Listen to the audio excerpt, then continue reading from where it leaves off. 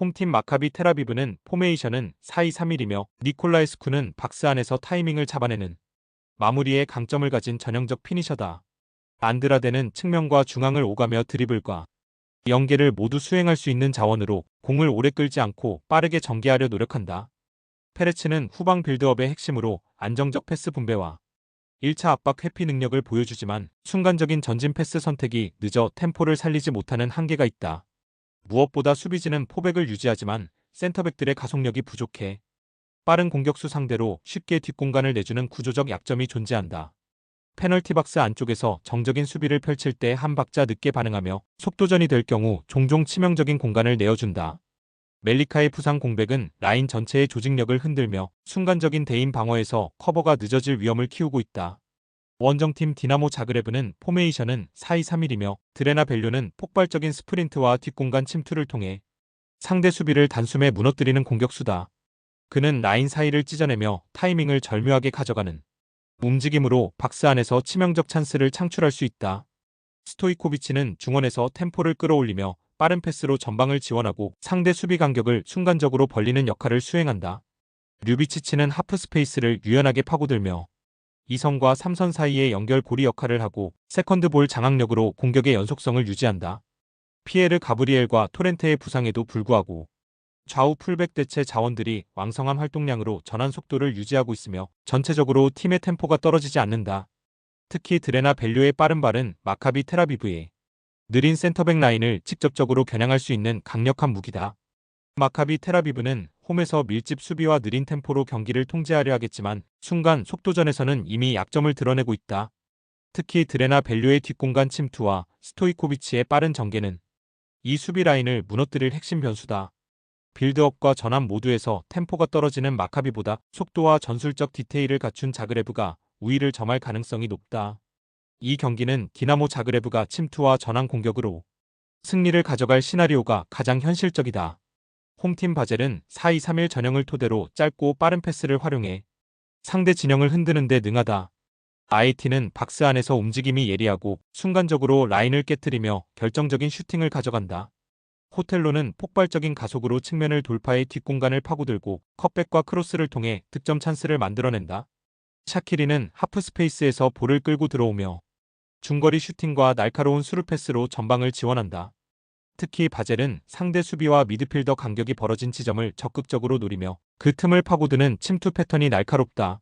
세트피스에서도 IT의 제공권과 샤키리의 정확한 킥이 결합돼 결정적인 득점 루트를 창출한다.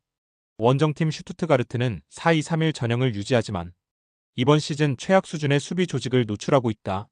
수비와 미드필더 사이 공간이 넓게 벌어지면서 상대에게 쉽게 전진 패스를 허용하고 있다.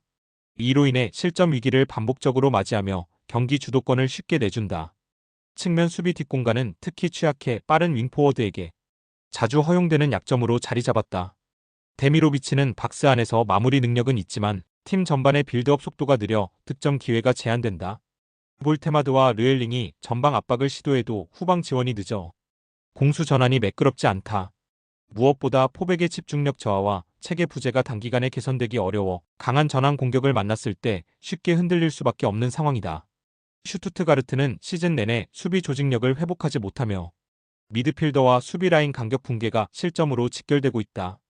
바젤은 호텔로와 샤키리를 활용한 빠른 측면 침투와 박스 안 세밀한 연계로 상대 약점을 집요하게 공략할 준비가 되어 있다. 전술적 상성과 경기 흐름, 홈에서의 자신감을 종합적으로 감안하면 이번 경기는 바젤이 승부를 가져갈 가능성이 높다. 홈팀 노팅엄은 포메이션은 4-2-3-1이다. 허드슨 오도이는 중앙에서 출발해 측면으로 대각선 침투를 가져가며 메잘라처럼 라인을 흔든다. 이 움직임이 우드의 포스트 플레이와 마무리 패턴에 정확히 연결되며 박스 진입 효율을 높인다. 깁스 화이트는 하프 스페이스에서 전진 패스와 세컨드 볼 수습으로 2선-1선 연결고리를 안정화한다. 부상 이슈가 있어도 프리미어리그급 교체 카드가 후반 템포를 끌어올릴 여지를 제공한다. 홈에서의 전방 압박과 전환 속도는 상대 빌드업을 초기 단계에서 끊어낼 파괴력을 갖춘다. 원정팀 미트윌라는 포메이션은 3백 기반의 3-5이다. 프랑쿨리노와 브루마도 주니어는 폭을 넓히며 뒷공간을 탐색하지만 제공권과 마무리의 일관성은 떨어진다. 빌링은 중원에서 템포를 조율하지만 전진 속도와 라인 브레이킹 패스의 빈도는 제한적이다. 다니 실바와 오소리오의 이탈로 중원 활동량과 전환 안정감이 하락했다. 쓰리백의 커버 범위가 대각선 침투에 취약해 박스 근처에서 순간 대인 마킹이 비는 장면이 반복된다. 노팅엄은 대각선 침투와 하프 스페이스 연결로 전개 속도를 잃지 않으며 교체 구간에서도 압박 강도를 유지한다. 미트윌라는 중원 공백과 쓰리백 커버 지연으로 전환 국면에서 취약점이 드러난다. 전술 흐름과 체력 운영, 뎁스 우위를 합치면 홈팀 노팅엄의 승리가 확률적으로 타당하다. 후반 들어갈수록 공간이 더 열리므로 마무리 완성도가 승부를 확정지을 가능성이 크다. 홈팀 스트럼 그라츠는 포메이션은 4-3-1이며 말로는 볼을 발밑에서 지켜내며 전방으로 연결하는 능력이 탁월의 중원 빌드업의 핵심으로 작동한다. 자타는 타이밍을 가늠한 침투와 박스 안 세컨드 볼 대처가 뛰어나며 세밀한 움직임으로 상대 수비를 흔든다. 키테슈빌리는 드리블을 통해 좁은 공간을 탈압박하며 날카로운 중거리 슈팅으로 예상치 못한 변수를 만들어낼 수 있다. 하지만 브르코비치 후자코프 스탄코비치가 모두 부상으로 빠지며 수비 라인과 교체 뎁스가 현저히 약해진 상태다.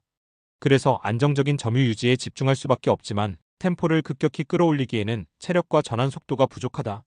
특히 중앙 점유율 싸움이 길어질 경우 전방에서 주도권을 잡지 못하고 패스 순환만 반복될 가능성이 크다.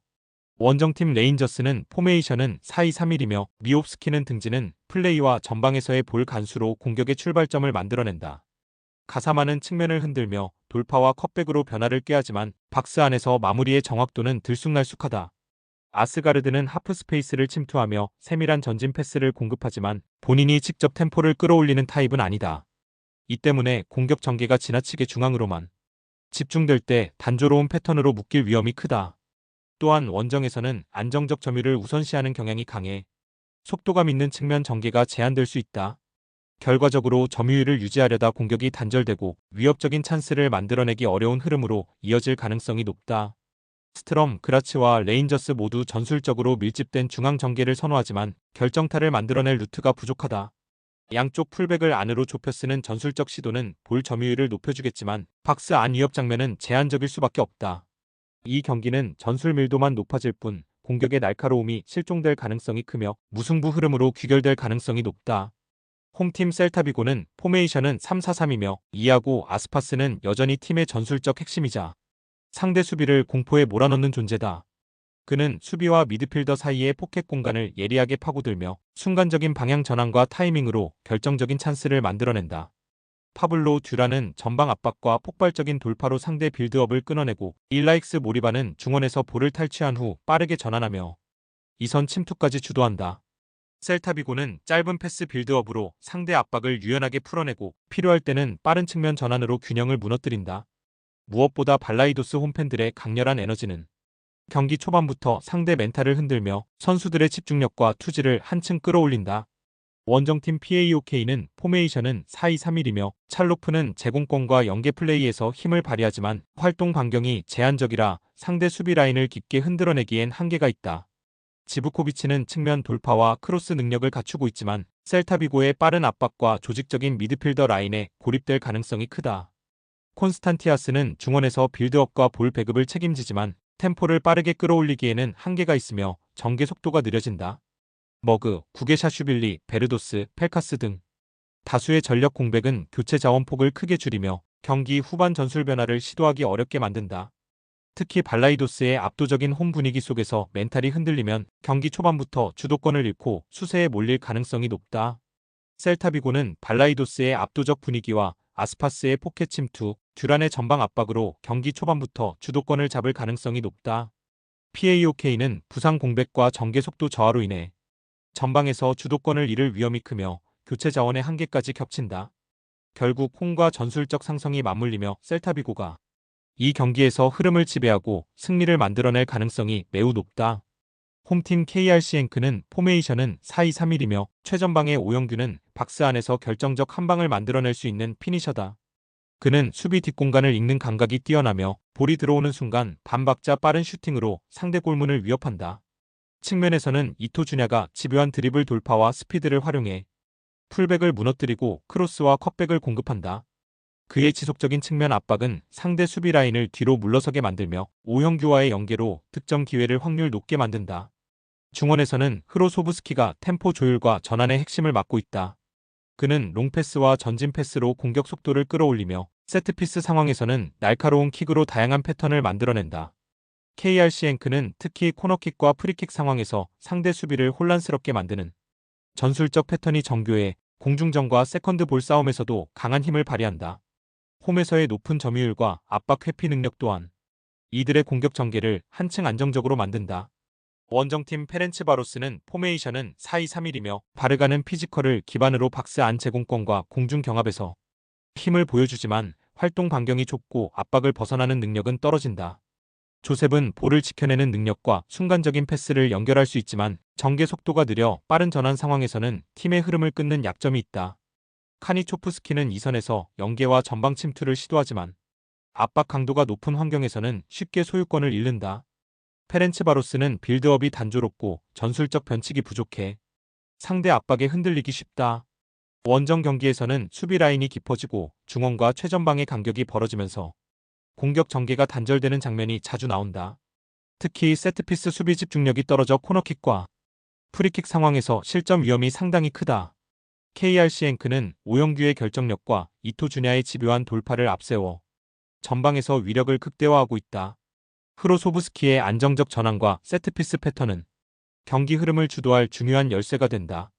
반면 페렌츠바로스는 빌드업 단조로움과 세트피스 수비의 불안정함으로 인해 쉽게 실점할 수 있는 구조다.